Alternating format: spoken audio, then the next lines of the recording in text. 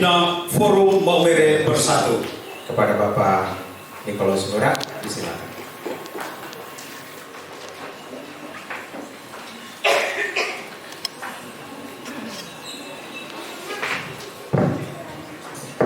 Salam. Assalamualaikum warahmatullahi wabarakatuh. Salam sejahtera bagi kita semua. Pertama-tama, mari kita ucapkan puji dan syukur kehadapan hadirat Tuhan Yang Maha Kuasa, karena atas berkatnya sehingga kita boleh hadir di sini dalam keadaan sehat walafiat. Dan yang kedua, saya mengucapkan terima kasih banyak kepada Bina Bine Wewarilu Urdoror yang asal Maumere, baik yang asli maupun yang peranakan, yang begitu antusias datang ke sini, dan masih banyak yang di dalam perjalanan untuk menuju ke tempat ini. Terima kasih atas kesediaan Ibu Bapak sekalian dan juga kepada para dewan pendiri dan pembina yang hadir, kami ucapkan terima kasih. Yang kami hormati Bapak Sekretaris Kesbang mewakili Bapak Wali Kota, yang kami hormati Bapak Ketua Fraksi DPRD Fraksi PDIP Kabupaten Sika, yang kami hormati Adik Sony, walaupun dia adik tapi dia sekarang sudah terhormat. Yang kami hormati Ketua Forum Maumere Bersatu periode 2017-2022, yang kami hormati para dewan pendiri dan dewan pembina yang sempat hadir. Terlebih pula yang terkasih, yang kami hormati, yang kami muliakan para undangan semua yang sempat hadir di tempat ini. Judulnya adalah refleksi dan rekonsiliasi, jadi saya akan berefleksi kembali mengapa sampai barang ini ada, mengapa ada Forum Maumere Bersatu. Tetapi protokol mungkin tidak sampai 10 menit ya. Hari ini tepat 17 tahun yang lalu, tepatnya di tanggal 25 bulan 5 tahun 2005, Forum Maumere Bersatu secara resmi didirikan di Wisma Nur Jalan Onta. Pada saat itu kami baru memulai, tapi sejauh sebelumnya di tahun 2004 di rumahnya Pak Oktar, bulan 10 saya masih ingat, saya almarhum Pak Lorenz dan juga kakak saya Amros Bala, kami sempat bertemu setelah acara sambut baru di rumahnya Pak Oktar. Kami mau pulang, hujan. Rupanya hujan itulah yang membuat ide sehingga kami bisa dirikan organisasi ini. Kami bertiga sangat prihatin karena sejak tahun 92 Ipermaf kolaps. Tahun 92 saya adalah sekjen terakhir dari Ipermaf. Setelah itu tidak ada organisasi apapun. Dan di masa itu jika orang Maumere meninggal tidak ada satupun yang kita tahu. Dan yang paling memprihatinkan yang terakhir adalah di tahun 2004. Orang Maumere yang punya jabatan yang cukup tinggi di sini yaitu Bapak Dominikus, mantan Sekda Selayar, meninggal dan orang Maumere hadir tidak sampai 20 orang. Itulah yang membuat kami prihatin. Atas kami bertiga berbicara bagaimana kalau kita buat sebuah organisasi untuk menyatukan orang Maumere di dalam sebuah rumah, di dalam sebuah lepo gede. Akhirnya berlanjut, pertemuan pertama adalah di rumahnya Pak Lorenz almarhum, dan pada waktu itulah baru saya kenal Pak Edu. Dia adalah anggota polisi di Polda.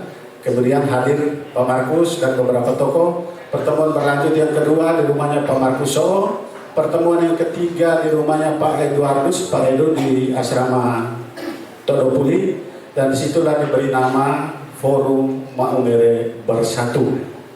Dan saya masih ingat dengan baik, saya sebagai pencetus membuat beberapa ide nama, dan saya kasih nama Forum Maumere Makassar, dan saudara kakak saya Pak Lorenz yang almarhum mengatakan, kalau begitu kita kasih nama tambahan lagi Bersatu. Akhirnya menjadi Forum Maumere Bersatu Makassar. Nama itulah dipakai terus sampai hari ini, sudah tepat 17 tahun Forum Maumere ini berdiri. Dan kami berharap, kami pendiri, kami ini sudah tua-tua, kami ini sudah rambut putih. Kalau ini istilah rohani, langkah kami sebelah sudah di pinggir kubur, kata orang Maumere. Orang Maumere kalau bilang orang rambut putih, Mau wain apa-apa kau banyak sekali bicara. Maaf Bapak, itu orang Maumere. Kalau orang rambut putih seperti saya kalau bicara banyak, mereka bilang begini, Bapak tua itu kakinya sudah di sebelah kubur juga masih banyak bicara. Tetapi saya sebagai orang tua tetap harus bicara. Sejarah ini perlu diingat, perlu diwariskan, perlu dituturkan kepada anak cucu sepanjang organisasi ini masih ada. Dan kami berharap, kami para pendiri dan pencetus ini berharap bahwa organisasi ini tidak boleh mati selama masih ada orang Maumere di Makassar. Kenapa? Tujuan daripada organisasi ini adalah melayani saudara kita semua, jadi kita saling melayani. Ada orang-orang yang kita angkat sebagai pengurus dan seterusnya, itu fungsinya adalah melayani para anggota. Oleh karena itu saya mengajak supaya kita juga mari berorganisasi dengan baik, kita saling melayani satu dengan yang lain. Perjalanan 17 tahun itu perjalanan yang tidak mudah. Ibarat cewek, dia adalah sedang mekar-mekarnya. Kalau dalam Maumere disebut Waibuan Didi Dodo. Ada yang tahu Maumere, ada orang Maumere tidak tahu namanya Waibuan Didi Dodo?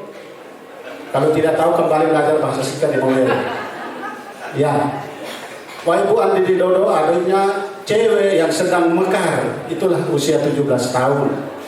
Kalau orang Maumere pada tahun 60-an ketika saya masih kecil, perempuan itu boleh dilamar dia usia 17 tahun dengan syarat harus sudah lege nala.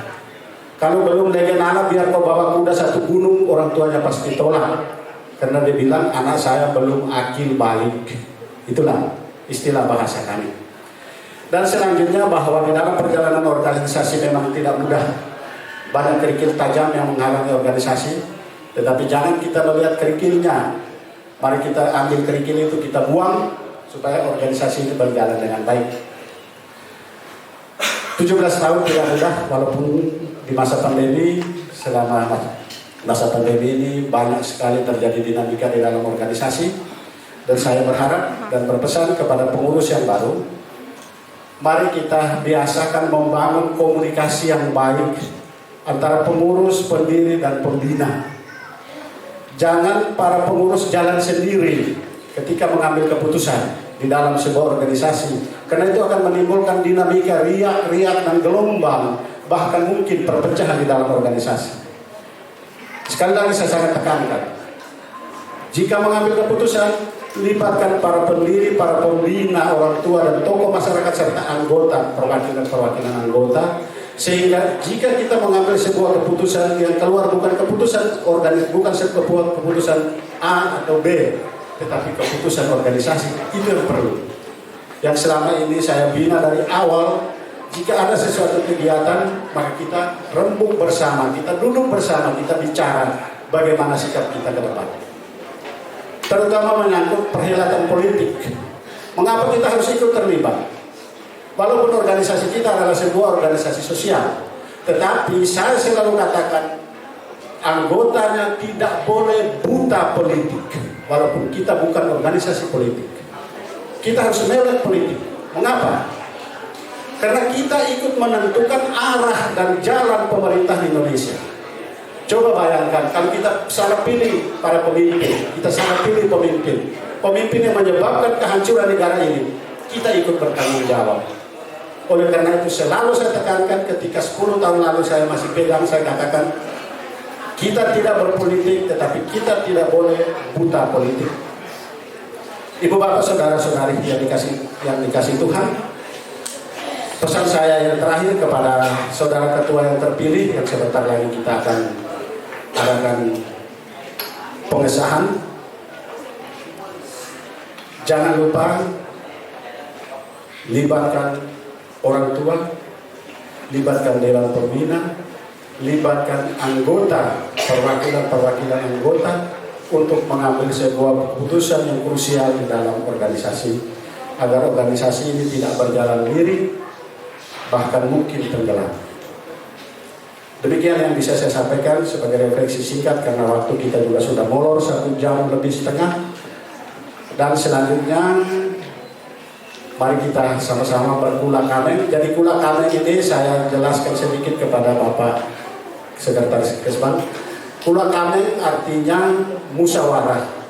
yang sepadan dengan kata bahasa Bugis tudang sipulung. Mengapa harus kami sebut pakai nama kata kula kameng, bukan musyawarah? Karena kula kameng itu artinya kita duduk bersama di kampung, kita duduk bersilah dalam sebuah lingkaran. Kita membicarakan sebuah masalah, lalu kita mengambil keputusan bersama secara musyawarah. Itulah inti dan hikmah daripada kula kameng. Kalau musyawarah lebih kepada sebuah perkumpulan yang sifatnya mungkin berbentuk sebagai organisasi resmi ataupun organisasi politik dan seterusnya, yang di situ terjadi banyak argumentasi dan segala macam. Tetapi di dalam kula kameng kita mengambil keputusan bersama di dalam musyawarah dan mufakat secara kekeluargaan. Itulah tujuan utama daripada kula kameng. Mari kita berkula kameng dengan baik supaya kita menghasilkan keputusan yang baik sehingga organisasi kita dapat berjalan dengan baik. Sekian dan terima kasih. Lebih dan kurangnya mohon dimaafkan. Selamat siang. Selamat.